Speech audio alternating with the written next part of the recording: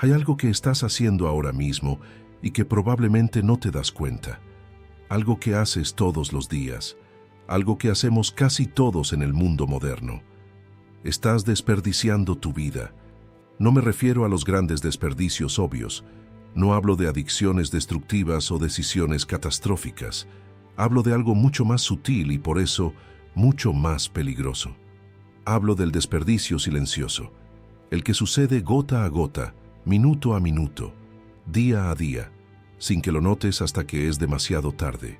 Piensa en tu última semana, 7 días, 168 horas. ¿Cuántas de esas horas invertiste en algo que realmente importa? ¿Cuántas dedicaste a las personas que amas? ¿Cuántas usaste para avanzar hacia tus sueños más profundos? ¿Y cuántas simplemente desaparecieron en el scroll infinito de redes sociales, en preocupaciones que resultaron ser insignificantes, en entretenimiento que ya ni siquiera recuerdas? Si eres honesto, la respuesta probablemente te incomode. A mí me incomoda cuando la aplico a mi propia vida, porque la verdad es que la mayoría de nosotros vivimos como si el tiempo fuera un recurso infinito, como si siempre hubiera un mañana para hacer lo importante, como si pudiéramos darnos el lujo de postergar indefinidamente las cosas que realmente importan. Ese proyecto que llevas años queriendo empezar sigue siendo solo una idea. Esa conversación difícil pero necesaria sigue sin tenerse. Esa persona a la que quieres decirle lo mucho que la amas sigue sin escucharlo. Ese sueño que tenías de joven sigue enterrado bajo capas de excusas razonables. Y mientras tanto, el reloj sigue corriendo, silenciosamente, implacablemente. La tragedia no es que la vida sea corta. La tragedia es que esperamos demasiado para empezar a vivirla de verdad. Hace casi 2000 años, un hombre llamado Lucio Anneo Séneca escribió una frase que debería estar grabada en la pared de cada hogar, cada oficina, cada escuela del mundo. Una frase tan simple que parece obvia, pero tan profunda que puede cambiar toda tu perspectiva de la vida. No es que tengamos poco tiempo, sino que perdemos mucho. Séneca no era un monje ermitaño escribiendo desde una cueva. Era uno de los hombres más ricos y poderosos de Roma, consejero del emperador Nerón, dramaturgo célebre, empresario exitoso. Conocía de primera mano las tentaciones del poder, la riqueza, la fama. Y sin embargo dedicó tratados enteros a advertirnos sobre el peligro más grande que enfrentamos, el desperdicio del tiempo. En su obra De Brevitate Vitae, sobre la brevedad de la vida, Séneca desarrolla esta idea con una claridad que corta como un cuchillo. Argumenta que la vida humana es perfectamente suficiente si la usamos bien. El problema no es que los dioses nos dieron poco tiempo. El problema es que lo tiramos a la basura sin darnos cuenta. Vivimos como si fuéramos a vivir siempre, escribe Séneca. Nunca se nos ocurre nuestra fragilidad. No observamos cuánto tiempo ha pasado ya. Lo perdemos como si se sacara de una fuente llena y abundante, cuando quizás ese mismo día que damos a alguna persona o cosa es el último. ¿Reconoces este patrón? Yo lo reconozco en mi propia vida. Actuamos como si tuviéramos existencias infinitas por delante. Postergamos sin culpa, desperdiciamos sin conciencia. Y luego, cuando el final se acerca, nos sorprendemos de lo rápido que pasó todo. Nos preguntamos a dónde se fue el tiempo, pero la respuesta es clara. Lo dejamos escapar entre los dedos mientras mirábamos para otro lado. La buena noticia es que hay una cura. Una práctica antigua, probada durante milenios, que tiene el poder de despertarte del sonambulismo existencial. Se llama Memento Mori, y hoy vas a aprender a usarla. Si has estado siguiendo este canal, Refugio del Alma Antigua, sabes que recientemente exploramos el esicasmo, la antigua práctica del silencio interior. Aprendimos a callar el ruido mental que nos tortura. Aprendimos a encontrar paz en medio del caos interior. Pero el silencio interior, por hermoso que sea, no es el destino final. Es la preparación. Es el terreno despejado donde algo más puede crecer. Porque hay un peligro en el silencio. Puede convertirse en escape. Puedes volverte tan bueno en la quietud interior que te desconectas de la urgencia de actuar.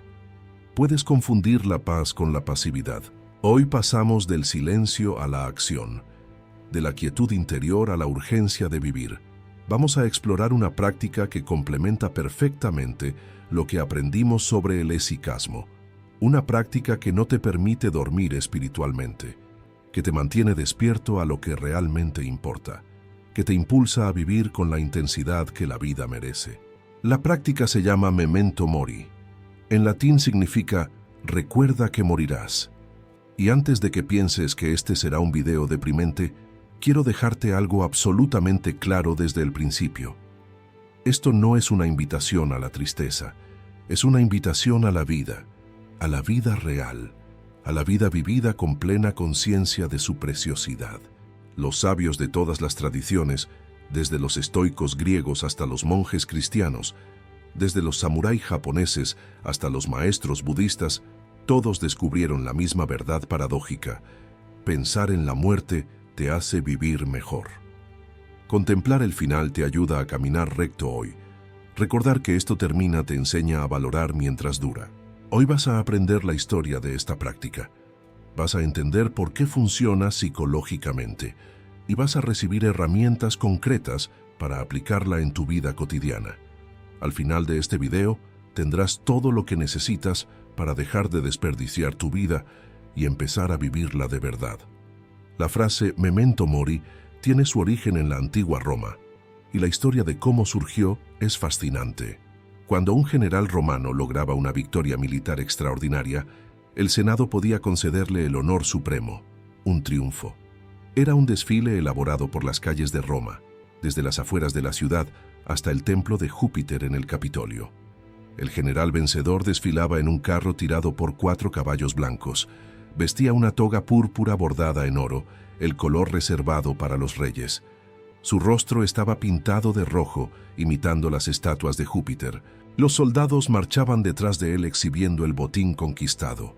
Los prisioneros encadenados caminaban en humillación. La multitud aclamaba enloquecida. Era el momento más glorioso que un romano podía experimentar. El general era tratado literalmente como un dios por un día. El poder, la adulación, la gloria, todo convergía en su persona. Era una experiencia embriagadora que podía fácilmente hacer que un hombre perdiera la cabeza. Por eso los romanos, con su sabiduría práctica, instituyeron una tradición extraordinaria. En el carro del general, de pie detrás de él, viajaba un esclavo, y la única función de este esclavo durante todo el desfile era susurrar al oído del general, una y otra vez: Memento Mori, respice poste, hominem te esse memento. Recuerda que morirás. Mira detrás de ti. Recuerda que eres un hombre. Imagina la escena, el momento más glorioso de tu vida, la adoración de miles, el poder absoluto. Y ahí, esa voz constante recordándote que todo esto pasará, que tú pasarás, que la gloria es efímera, que debajo de la toga púrpura y la pintura roja eres simplemente un mortal. Los romanos entendían algo que nosotros hemos olvidado. El éxito es peligroso, el poder corrompe, la gloria ciega. Sin el recordatorio constante de nuestra mortalidad, nos creemos más de lo que somos. Y los hombres que se creen dioses terminan destruyéndose a sí mismos y a los que los rodean. Los filósofos estoicos tomaron esta práctica romana y la transformaron en algo mucho más profundo. Ya no era solo un antídoto contra la arrogancia del poder, se convirtió en una disciplina diaria para vivir bien. Séneca, que vivió del año 4 a.C. al 65 después de Cristo, es quizás el estoico que más profundamente exploró el tema de la muerte y el tiempo. Su biografía es fascinante. Nacido en Córdoba, España, fue llevado a Roma de joven, donde se convirtió en orador, abogado y filósofo. Su carrera fue un torbellino de altibajos. Fue exiliado a Córcega durante 8 años por el emperador Claudio. Fue llamado de vuelta para ser tutor del joven Nerón. Cuando Nerón se convirtió en emperador, Séneca fue esencialmente el poder detrás del trono durante los primeros años del reinado, los años buenos. Pero Nerón eventualmente se volvió el monstruo que la historia recuerda. Y Séneca, Aunque intentó retirarse de la política, fue acusado de conspiración y obligado a suicidarse. La escena de su muerte, descrita por el historiador Tácito, muestra a un hombre que vivió lo que predicaba. Abrió sus venas en un baño caliente, consolando a sus amigos que lloraban, dictando pensamientos filosóficos hasta el final. Lo notable de Séneca es que escribió sobre la muerte no desde una torre de marfil, sino desde las entrañas del poder. Conocía las tentaciones de la riqueza. Había experimentado tanto la gloria como la caída, y su mensaje era consistente. La muerte es la gran igualadora. Viene por todos, y solo recordándola constantemente, podemos vivir con la seriedad que la vida merece. En sus Cartas a Lucilio, una colección de cartas filosóficas a un amigo más joven, Séneca vuelve una y otra vez al tema de la muerte. Cada día debes pensar, he vivido, escribe. El que espera que cada día sea el último, nunca será sorprendido por la muerte. Y en otra carta, es tarde para comenzar a vivir en el momento en que debemos dejar de vivir. Si Séneca representa al filósofo en el mundo del poder, Marco Aurelio representa algo aún más extraordinario: el poder mismo, filosofando. Marco Aurelio fue emperador de Roma del año 161 al 180. Gobernó durante uno de los periodos más difíciles del imperio: guerras constantes en las fronteras, una devastadora plaga que mató a millones, conspiraciones políticas, tragedias personales.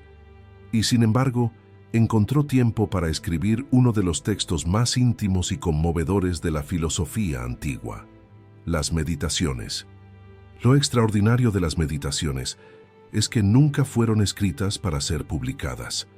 Son el diario privado de Marco Aurelio, escrito muchas veces en campamentos militares, entre batalla y batalla.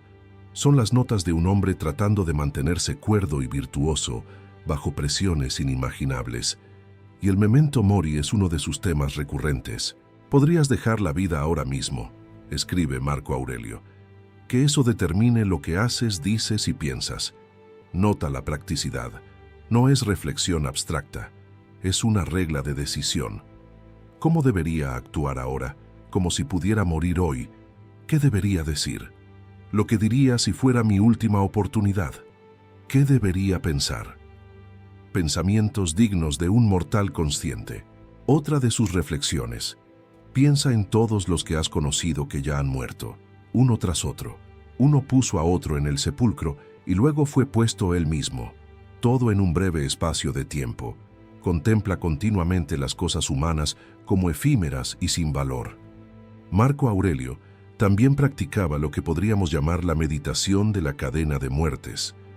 Pensaba en los grandes del pasado: Alejandro Magno, que conquistó el mundo conocido, muerto a los 32 años. Julio César, apuñalado por sus propios amigos. Augusto, el fundador del imperio, polvo ahora.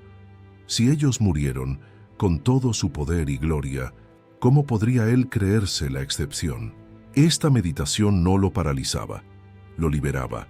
Lo liberaba de la ansiedad por cosas triviales, lo liberaba del ego inflado, lo liberaba para enfocarse en lo único que realmente importa: vivir virtuosamente cada día que le quedara.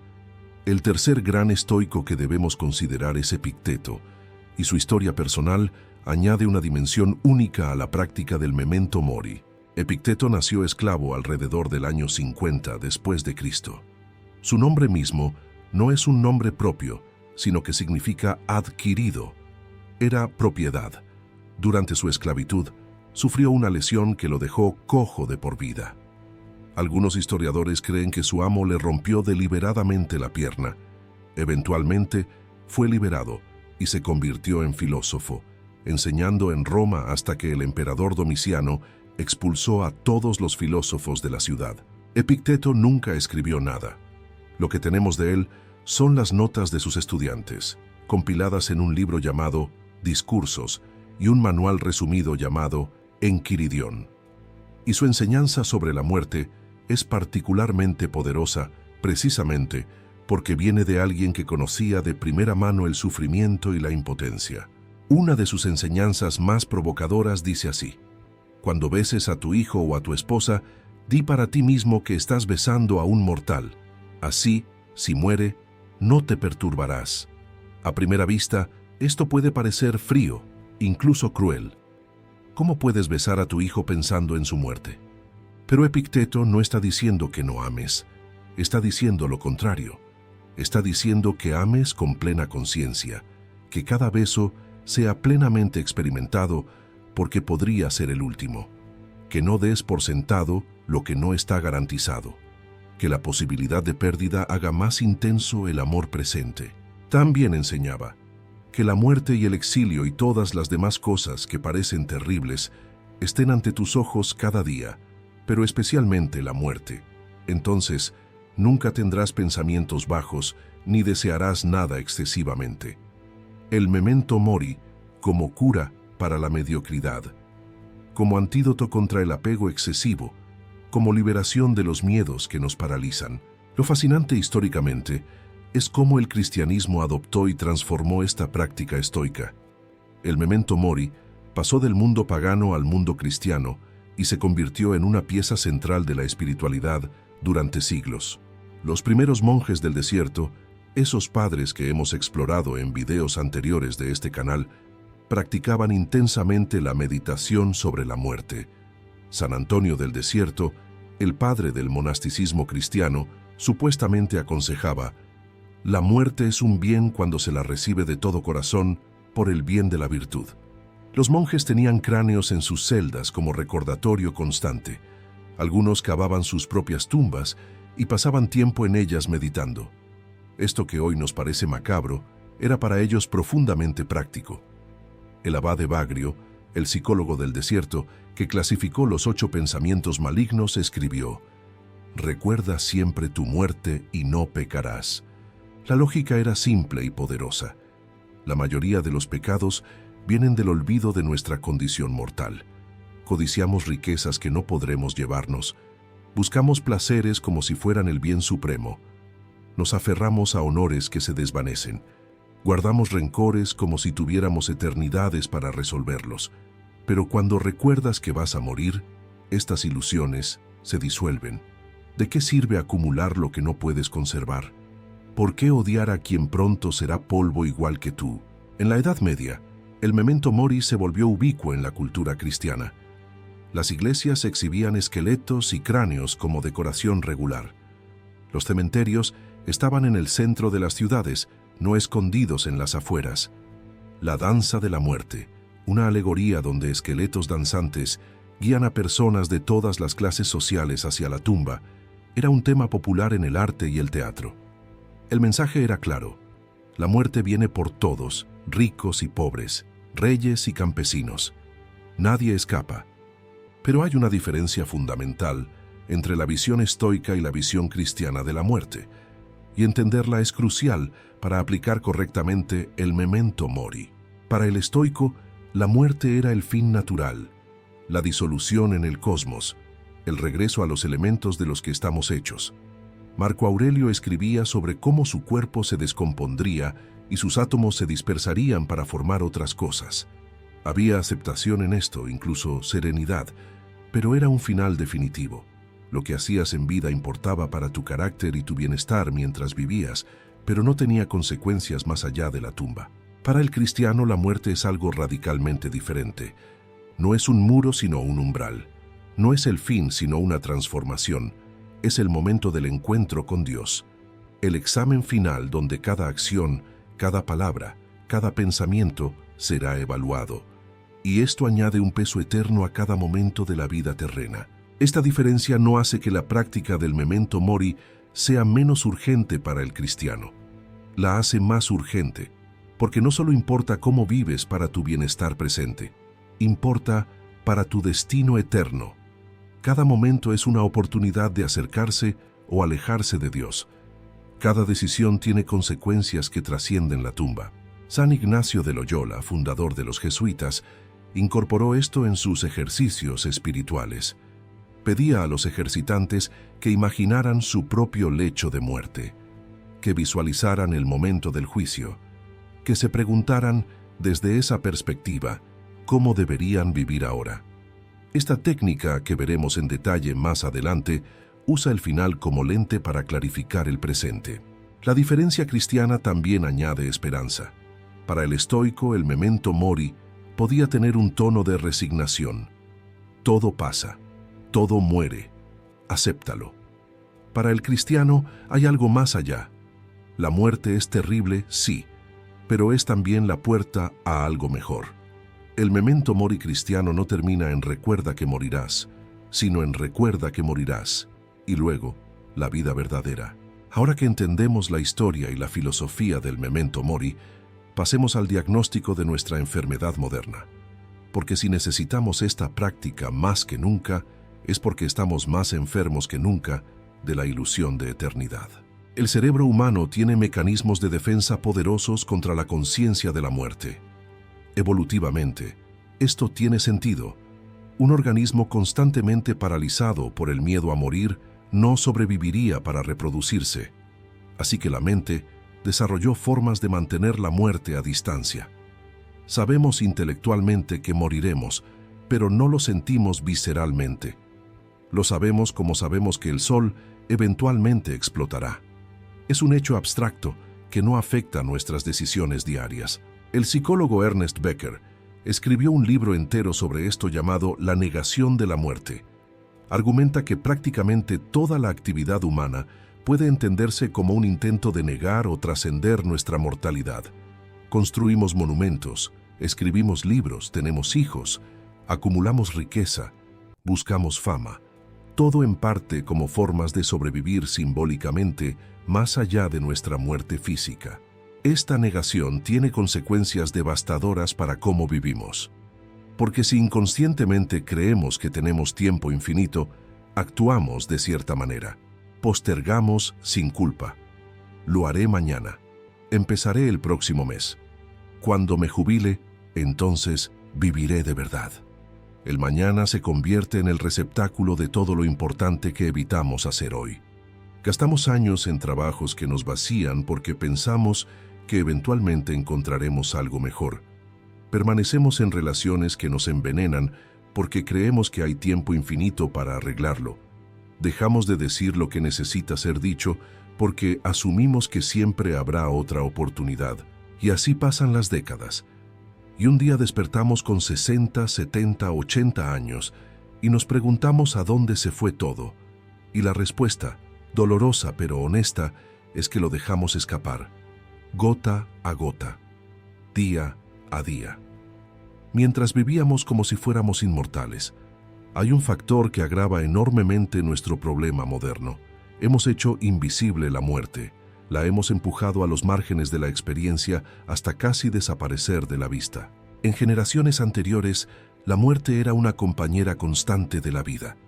La mortalidad infantil era alta. Muchas familias perdían varios hijos.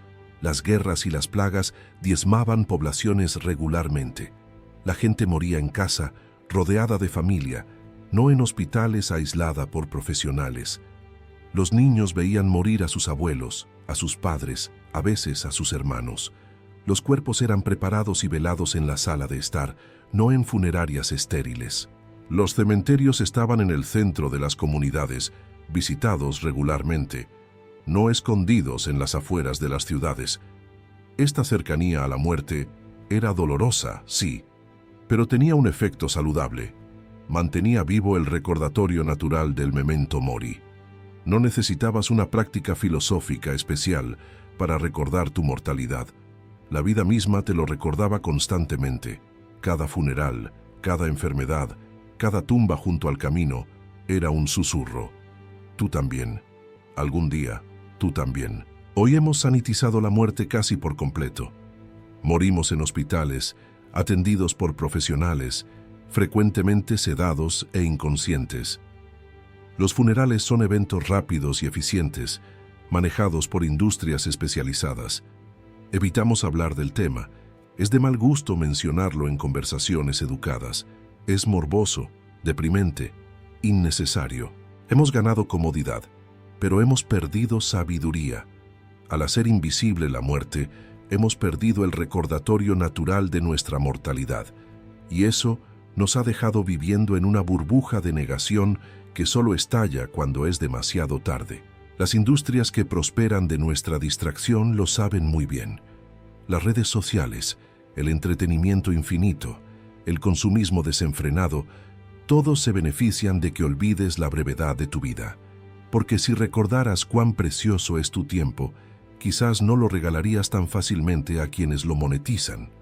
Profundicemos un poco más en la psicología de nuestra negación de la muerte, porque entenderla es crucial para combatirla. El filósofo Martin Heidegger distinguía entre lo que llamaba muerte inauténtica y muerte auténtica. La muerte inauténtica es la que reconocemos abstractamente, pero mantenemos a distancia. La gente muere. Todos morimos eventualmente.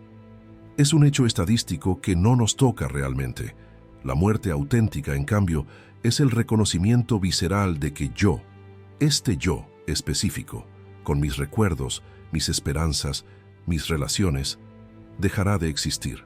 La mayoría de nosotros vivimos permanentemente en la muerte inauténtica. Cuando pensamos en la muerte, la pensamos como algo que le pasa a otros. Los accidentes le pasan a otros. Las enfermedades terminales le pasan a otros. La muerte súbita le pasa a otros. Nosotros, de alguna manera, somos la excepción. Esta ilusión se mantiene por varios mecanismos. Uno es la simple evitación. No pensamos en ello. Otro es lo que los psicólogos llaman sesgo optimista. Tendemos a creer que las cosas malas son menos probables de pasarnos a nosotros que a otros. Un tercero es la inmersión en lo trivial. Llenamos cada momento con distracción para no tener que enfrentar las preguntas grandes. Pero hay momentos donde la burbuja se rompe. El diagnóstico de una enfermedad grave, la muerte súbita de alguien cercano, un accidente que casi nos mata. En esos momentos, por un instante, vemos con claridad. Las prioridades se reorganizan. Lo trivial pierde su poder. Lo esencial emerge. Muchas personas que han tenido experiencias cercanas a la muerte reportan una transformación radical en sus valores y en cómo viven. El problema es que la claridad no dura. Gradualmente, la negación regresa. Las viejas costumbres vuelven. La vida retoma su ritmo distraído y la oportunidad de cambio se pierde. El memento mori es una forma de acceder a esa claridad sin necesitar la crisis. Es romper deliberadamente la burbuja de negación todos los días para vivir con la intensidad que normalmente solo aparece ante la amenaza de pérdida. Hay un concepto que quiero introducir aquí porque es fundamental para entender lo que está en juego. Los psicólogos junguianos hablan de la vida no vivida. Es la brecha entre la vida que realmente vives y la vida que podrías haber vivido. Los caminos no tomados, las posibilidades no exploradas, los sueños enterrados. Todos llevamos dentro una versión de nosotros mismos que no llegó a existir. El músico que nunca aprendió a tocar, el escritor que nunca escribió su libro, el viajero que nunca salió de su ciudad, el amante que nunca se atrevió a declarar su amor. Estas vidas no vividas nos persiguen como fantasmas y frecuentemente, al final de la vida, son ellas las que generan los peores arrepentimientos. Una enfermera australiana llamada Bronnie Ware trabajó durante años en cuidados paliativos, acompañó a cientos de personas en sus últimas semanas de vida y documentó los arrepentimientos más comunes que escuchaba. Publicó sus hallazgos en un libro llamado Los 5 arrepentimientos de los moribundos. El arrepentimiento número 1, el más frecuente de todos, era: ojalá hubiera tenido el coraje de vivir una vida fiel a mí mismo, no la vida que otros esperaban de mí.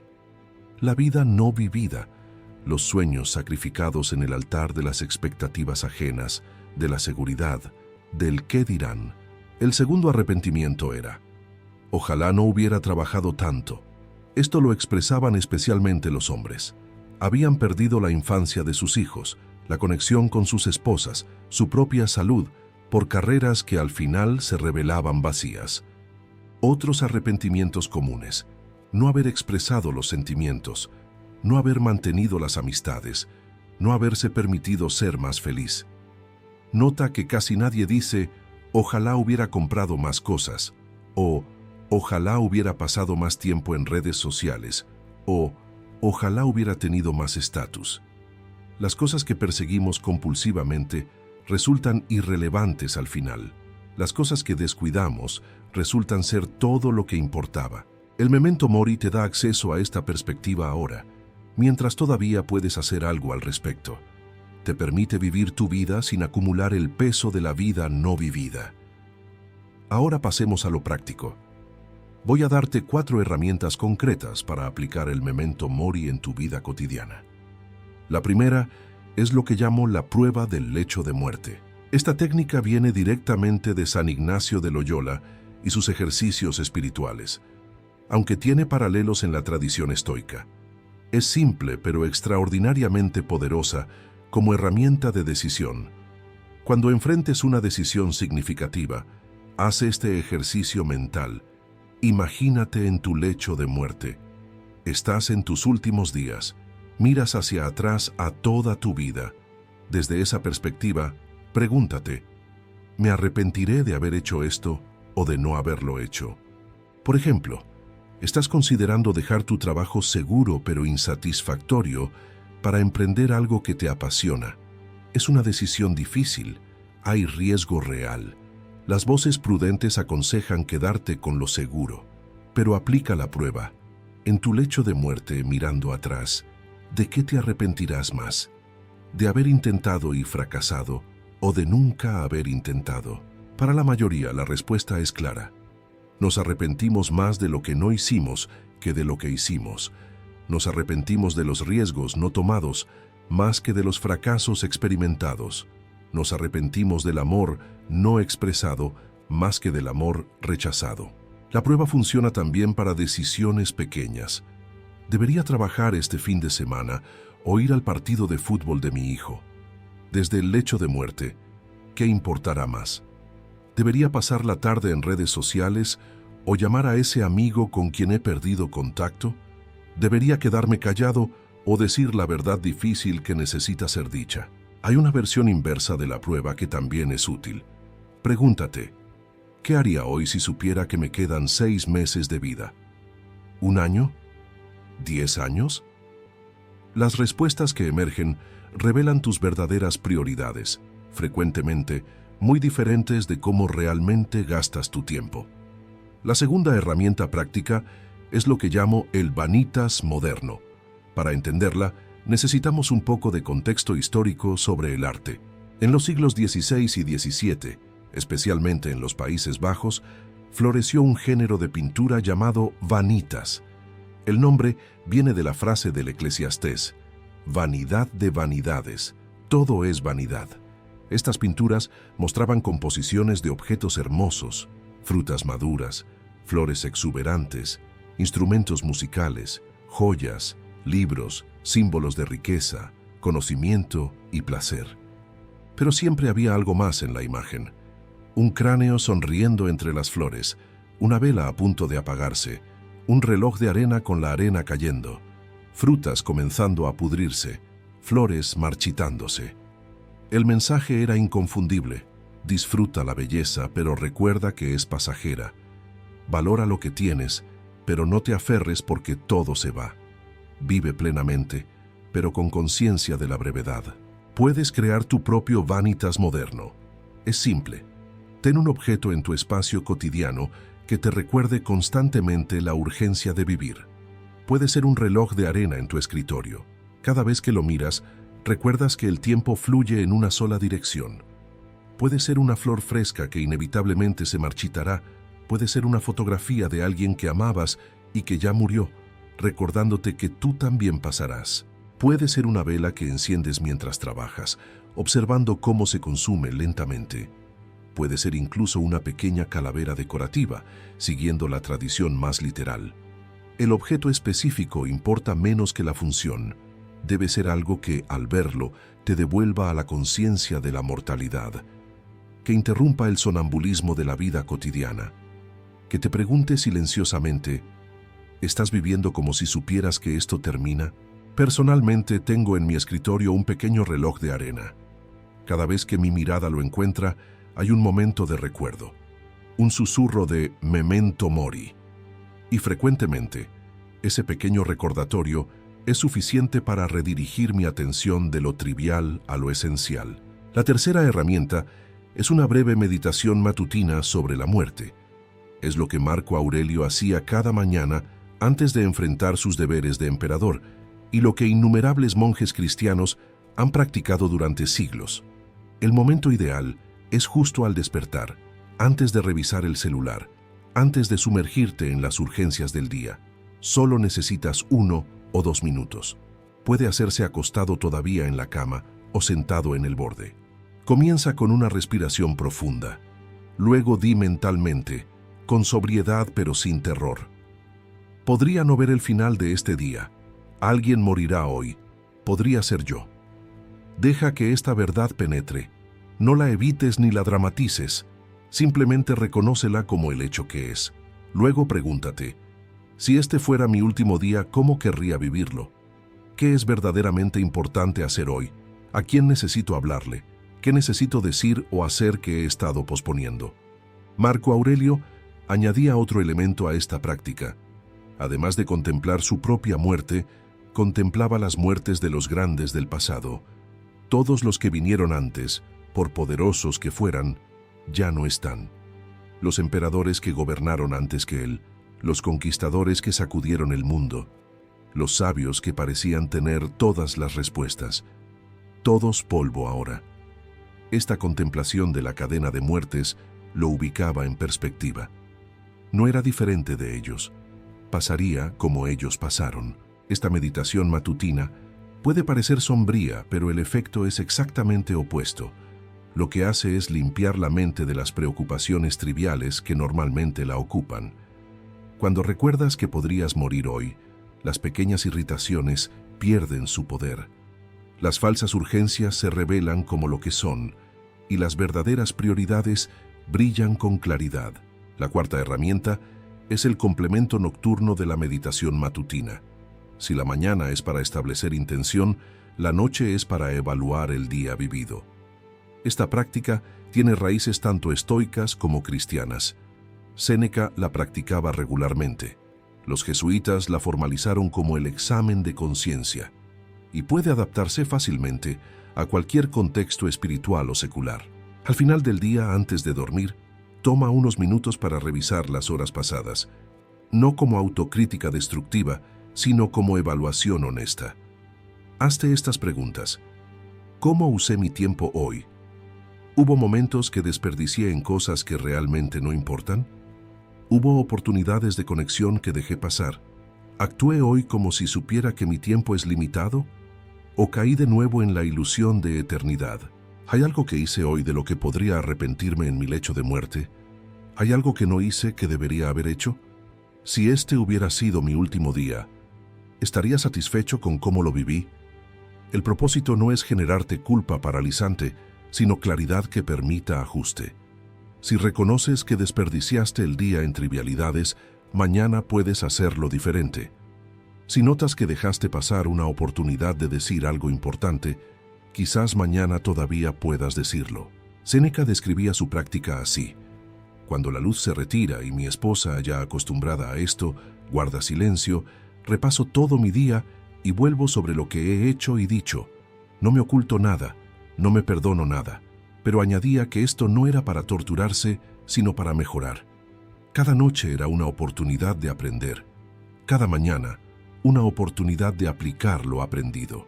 Ahora quiero mostrarte cómo el memento mori no solo te hace más productivo o enfocado, te hace mejor persona, te hace más amoroso, más presente, más libre. Piensa en cómo la conciencia de la muerte cura la vanidad.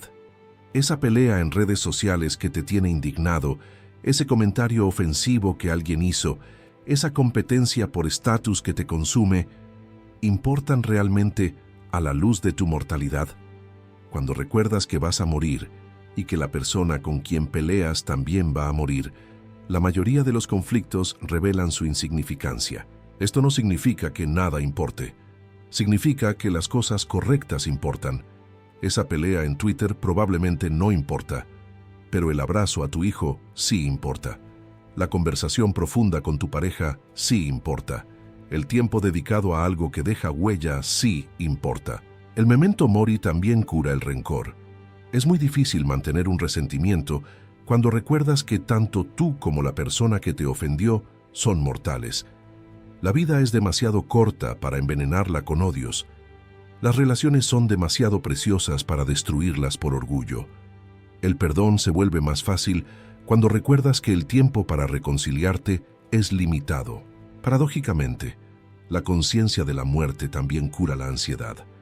Mucha ansiedad viene de vivir en un futuro imaginario, preocupándonos por cosas que podrían pasar. Pero cuando recuerdas que el futuro no está garantizado, el presente se vuelve más valioso. Este momento, este único momento que realmente tienes, adquiere un brillo que antes no notabas. Los maestros Zen hablan de vivir cada momento como si fuera el último, no con desesperación, sino con atención plena. El memento mori es la versión occidental de la misma sabiduría. No te hace temer el futuro, te hace amar el presente. Permíteme ofrecerte una perspectiva más amplia antes de cerrar. La muerte no es tu enemiga, es tu maestra, quizás la más importante que tendrás. Todo lo que sabes sobre vivir bien, en cierto sentido, la muerte te lo ha enseñado. El valor del tiempo lo conoces porque el tiempo se acaba. La preciosidad del amor la sientes porque los seres amados mueren. La urgencia de perseguir tus sueños existe porque la ventana para hacerlo no está abierta eternamente. La belleza de un momento la percibes porque el momento pasa. Si fueras genuinamente inmortal, nada tendría el peso que tiene. Siempre habría más tiempo para hacer lo importante. Siempre podrías postergarlo. Las relaciones no tendrían urgencia porque nunca terminarían. Los momentos no serían preciosos porque serían infinitos. La inmortalidad, lejos de ser una bendición, sería una maldición. Una existencia interminable donde nada importa realmente porque nada es finito. La muerte es lo que hace que la vida importe. Es el marco que da forma al cuadro. Es el límite que crea significado. Es la sombra que hace visible la luz. Los cristianos entienden esto de manera aún más profunda, porque para el cristiano, la muerte no es solo el final de esta vida, sino el comienzo de otra. Es un umbral, no un muro. Y lo que hacemos aquí, en este breve tiempo terrenal, tiene consecuencias eternas. San Pablo escribía que morir es ganancia, porque significaba estar con Cristo, pero eso no le quitaba urgencia a la vida presente. Al contrario, vivía cada día como si fuera el último precisamente porque sabía que cada día importaba eternamente. El memento mori bien entendido no te roba la alegría, te la devuelve, no te paraliza con miedo, te libera para actuar, no te hunde en la tristeza, te eleva a la gratitud por cada momento que todavía tienes. Hemos recorrido un territorio que la mayoría prefiere evitar. Hemos mirado a la muerte directamente, a través de los ojos de estoicos y cristianos, de emperadores y esclavos, de filósofos y monjes, y espero que hayas descubierto lo que todos ellos descubrieron, que esa mirada no te destruye, te transforma. Tienes un número finito de días, no sabes cuántos. Podría ser miles, podría ser decenas, podría ser uno, pero cualquiera que sea el número, es finito. Y cada día que pasa sin vivirse plenamente es un día perdido para siempre. Tienes un número finito de abrazos que dar, un número finito de conversaciones que tener, un número finito de puestas de sol que admirar, un número finito de oportunidades para decirle a las personas que amas que las amas. Esta realidad no es deprimente, es clarificadora, porque cuando la aceptas, cuando la integras en tu conciencia diaria, las prioridades se ordenan solas. Lo trivial pierde su poder de distracción. Lo esencial emerge con claridad brillante. Entonces, ¿qué vas a hacer con esta conciencia? Puedes olvidar todo lo que has escuchado. Puedes volver al sonambulismo de la vida distraída. Puedes seguir posponiendo lo importante como si tuvieras eternidades por delante. O puedes dejar que algo cambie. Hoy, ahora. Te propongo esto. No dejes para mañana el amor que puedes dar hoy. Esa llamada que has estado postergando, hazla hoy. Esa carta que querías escribir, escríbela hoy. Ese abrazo que necesitas dar, dalo hoy. Ese perdón que necesitas ofrecer o pedir, ofrécelo o pídelo hoy.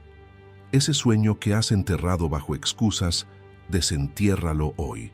Porque mañana no está garantizado. El único momento que realmente tienes es este.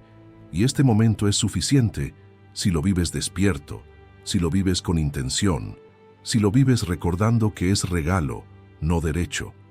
Memento mori. Recuerda que morirás.